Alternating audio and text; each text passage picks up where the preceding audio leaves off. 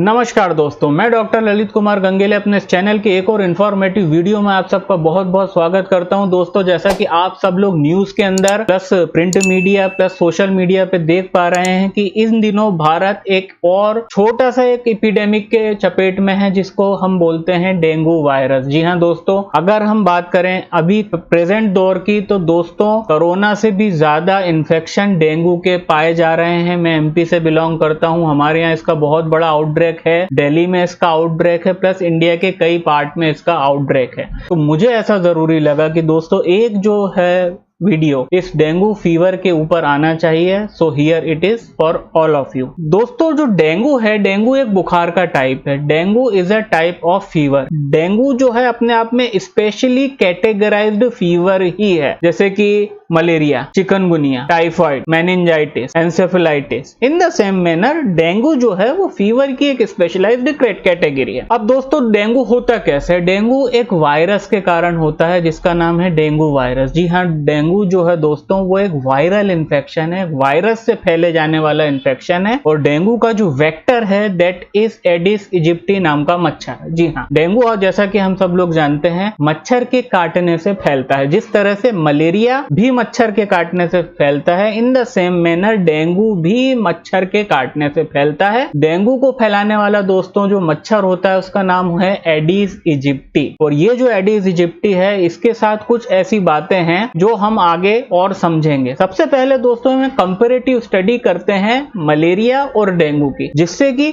आपको इन दोनों के कारण इन दोनों के बीच के अंदर एक डिफरेंस बहुत अच्छे से पता चल जाएगा। मलेरिया होता है दोस्तों फीमेल एनाफिलिस मॉस्किटो के काटने से, वहीं डेंगू होता है एडिस इजिप्टी नाम के मच्छर के काटने। मलेरिया जो है एक प्रोटोजोअल डिसऑर्डर है। प्रोटोजोअल मतलब मलेरिया जो है, मलेरिया का जो जीवाणु है वो एक प्रोटोजोआ है, वो एक पैरासाइट है। वहीं डेंगू का जो जीवाणु है जिससे डेंगू फैलता है वो एक वायरस होता है। मलेरिया का जो सीजन होता है वो गर्मी होती है, पीक गर्मी, क्योंकि पीक गर्मी के अंदर एनाफिलिस मॉस्किटो जो फीमेल मच्छर होता है उसका बहुत ज्यादा ब्रीडिंग का टाइम रहता है, और उसके कारण हम हमेशा ये देखते हैं कि जो गर्मी का सीजन होता है that is the primary season in which there is the spread of malaria. वहीं दोस्तों डेंगू का जो स्प्रेड होता है वो बरसात के दौरान और खासकर बरसात के एंड में होता है। जो मलेरिया का मच्छर होता है दोस्तों वो गंदे पानी में पनपता है, वो सड़े हुए पानी में पनपता है, और इसके कारण वो सड़े हुए पानी का जो मियाद है वो उसके कम होने के कारण एक साल का बहुत छोटा सा हिस्सा होता है जिसके अंदर हमको मलेरिया होने की संभावना होती है। वहीं दोस्तों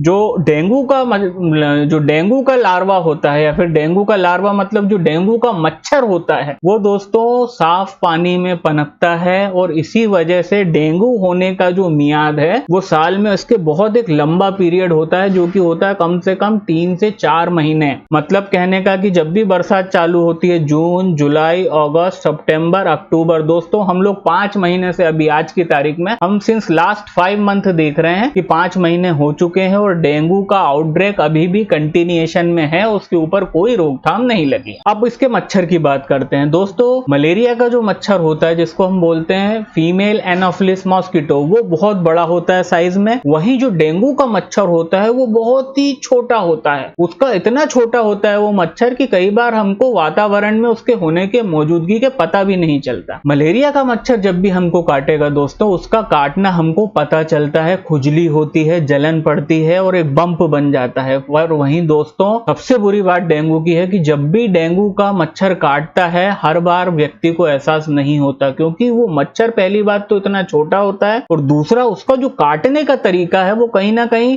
ऐसा लगता है कि जैसे वो एनेस्थीसिया की सिरिंज लेके आया हो, कि वो काटता है वो हमको पता भी नहीं चलता। तो दोस्तों ये थे कंपैरेटिव स्टडी डेंगू की और मलेरिया की, इन दोनों के वेक्टर्स मतलब दोनों से कोई मच्छर जो इसको फैलाते हैं। अब हम सिम्टम्स की बात करेंगे। तो दोस्तों डेंगू के जनरली हम लोग ऐसे कौन से सिम्टम्स देखते हैं जिससे हमको इसका डायग्नोसिस होने में मदद होती है? तो जब भी व्यक्ति को दोस्तों डेंगू होगा तो सबसे पहले तो उसके अंदर एक प्रकार की लीथार्जी आएगी, एक प्रकार की वीकनेस वीकनेस आएगी, उसको बहुत हल्की सी इनिशियली ठंड लगनी चालू होगी। दोस्तों किसी भी फीवर में, चाहे वो डेंगू हो, मलेरिया हो, टाइफाइड हो, कोई भी फीवर हो, उसके अंदर जो ठंड लगने का क्राइटेरिया है उसको बहुत सावधानी से देखना चाहिए, क्योंकि एक अवधारणा हम लोगों के बीच में बनी हुई है कि जब भी ठंड लगेगी वो मलेरिया ही होगा। ऐसा नहीं है दोस्तों। जो ठंड है, फीवर के दौरान जो ठंड है, उसका रिलेशन मलेरिया से कतई नहीं है, कहीं से कहीं तक नहीं है, दूर दूर तक नहीं है। फीवर में होने वाली जो ठंड होती है वो ये प्रदर्शित करती है कि आपकी बॉडी में इन्फेक्शन कितना ज्यादा है। कहने का मतलब, अगर मेरे को इन्फेक्शन शरीर में बहुत ज्यादा है तो मुझे बहुत जम के ठंड लगेगी। अगर मेरे को हल्का फुल्का इन्फेक्शन है बॉडी के अंदर तो हो सकता है मुझे ठंड भी ना लगे, बस एक हल्का सा चिलीनेस का एहसास हो। तो हमारा जो डेंगू का पेशेंट है उसके अंदर जब भी डेंगू फीवर आएगा तो सबसे पहली चीज वीकनेस आएगी, लिथार्जी मतलब बहुत ज्यादा थकान वो महसूस करेंगे। तीसरी चीज, बॉडी के अंदर हल्का हल्का ठंड का एहसास होगा। चौथी चीज, बॉडी के अंदर पेन होगा। वो जो पेन होगा दोस्तों स्पेशली कमर और जांग मतलब थाइस के आसपास होगा। इसके अलावा भी वो पेन दोस्तों कहीं पे भी हो सकता है। वो जनरल बॉडी पेन हो सकता है जिसके अंदर हाथ दुखेंगे, पैर दुखेंगे, कमर दुखेंगी, जोड़ दुखेंगे। तो ये जो सारे लक्षण है, ये चौथा लक्षण था कि बॉडी पेन होगी। जो पांचवा लक्षण बहुत इंपॉर्टेंट डेंगू से कोरिलेटेड है, दैट इज द हेडेक। जी हाँ दोस्तों, एक डेंगू के पेशेंट के अंदर बहुत ही रिमार्केबल हेडेक होता है। ऐसा नहीं है कि हेडेक बहुत ज्यादा होना चाहिए, बट वो अंडरलाइंड होता है कि जब भी एक पेशेंट डेंगू फीवर आएगा, वो पक्का है इस बात का कि वो कुछ मात्रा में बताए पर वो हेडेक को जरूर नरेट करेगा एज अ पेशेंट। तो उसका सर में भी दर्द होगा। फीवर जो है बहुत ज्यादा नहीं आएगा, मैंने जैसा कि आपको बताया इन्फेक्शन पे डिपेंड करता है फीवर कितना होगा और ठंड कितनी लगेगी। अगर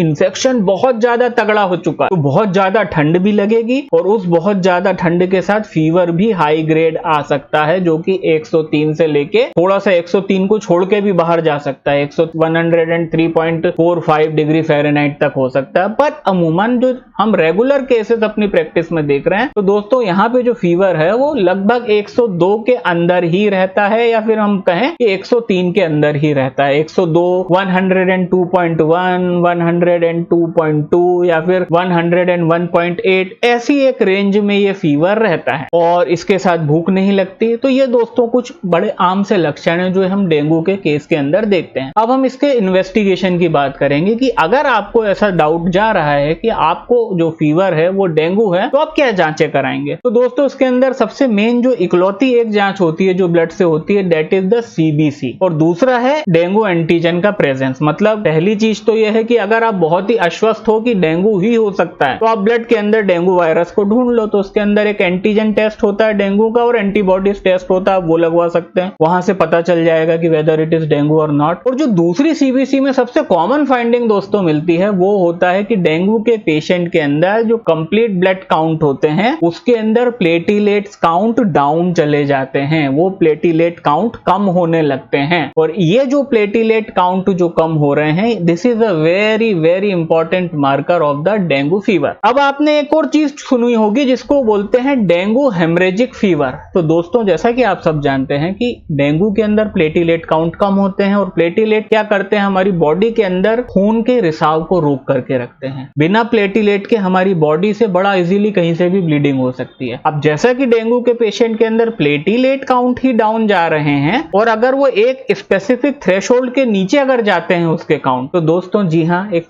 डेंगू का जो फीवर है वो उस पॉइंट पे जाने के बाद जब प्लेटिलेट अत्यधिक बॉडी में कम हो जाते हैं तो वो कहलाता है डेंगू हेमोरेजिक फीवर। मतलब इस व्यक्ति को जगह जगह से हेमरेज होने लगेंगे। इसकी नाक से आपको हेमरेज दिखेगा, ये ब्रश करेगा सवेरे सवेरे तो इसके पूरे गम्स में से ब्लीडिंग होगी, इसकी यूरिन में, इसकी पॉटी के अंदर भी ब्लड आ सकता है। तो that is a very serious case हो जाएगा वो बाय दैट टाइम और that is the medical emergency. Okay, तो अब आते हैं इसके ट्रीटमेंट पे। तो दोस्तों एलोपैथी में कोई ट्रीटमेंट नहीं है, वो लोग सपोर्टिव ट्रीटमेंट देते हैं। जैसे आपको अगर फीवर आ रहा है तो आपको एंटीपायरेटिक ड्रग दे देंगे, अगर आपकी बॉडी में ज्यादा दर्द हो रहा है तो आपको एनाल्जेसिक्स दे देंगे। अगर डेंगू के साथ साथ आप और कोई अपॉर्चुनिस्टिक इन्फेक्शन के लपेटे में आ गए, जैसे कि आपको डेंगू के साथ आपको सर्दी हो गई है या दस्त लगने लग गए हैं, तो फॉर दैट कुछ एंटीबायोटिक्स दे देंगे, दैट्स इट। बकाया as per the modern medicine dengue के लिए ये लोग कहते हैं कि it is a self limiting infection, ये 4 से 6 दिन में अपने आप ठीक हो जाता है, बस इनको ये लोग सपोर्टिव ट्रीटमेंट देते हैं। वहीं दोस्तों होम्योपैथी के अंदर डेंगू का बिल्कुल शर्तिया और सीधा सीधा उपचार है। 2 मेडिसिन है, दोनों मेडिसिन देनी है और इसको देने के बाद आप देखेंगे कि अगर बिना होम्योपैथिक ट्रीटमेंट के डेंगू को सही होने में 8 से 10 दिन लगते हैं तो दोस्तों होम्योपैथी के साथ वही काम आपका आधे समय में कंप्लीट हो जाएगा। तो the 2 most important medicine indicated in the case of dengue are, the first one is the eupatorium perfoliatum 200। जी हाँ, यूपेटोरियम पर्फ 200 पोटेंसी में, ये गोलियों में लेना है। 4-4 गोली दिन भर में 4 से 5 बार भी दे सकते हैं अगर एक्यूट इन्फेक्शन है तो, है ना। दिन भर में, मैं वापस रिपीट कर रहा हूं, 4-4 गोली दिन भर में 4 से 5 बार भी दे सकते हैं। And the second medicine is gelsemium 30। Gelsemium 30 potency में, उसकी भी 4-4 गोली दिन भर में 4 से 5 बार आप फ्रिक्वेंटली रिपीट कर सकते हैं। और आप, अगर आपके घर में किसी को डेंगू है, अगर आप डॉक्टर हैं, आपके पेशेंट के अंदर सिम्टम्स हैं, तो आप ये जो मेडिसिन है आप प्लीज दीजिए और आप देखेंगे कि पूरा का पूरा डिजीज का जो कोर्स है वो एग्जैक्टली हाफ हो जाएगा। तो दोस्तों बहुत बहुत धन्यवाद वीडियो देखने के लिए। कल की लाइव स्ट्रीम में शनिवार को, जो कि शाम को 4:30 बजे होगी, उसमें आपसे मुलाकात होती है और नेक्स्ट वीक के वीडियोस में फिर से आपसे मुलाकात होती है। तब तक के लिए नमस्कार।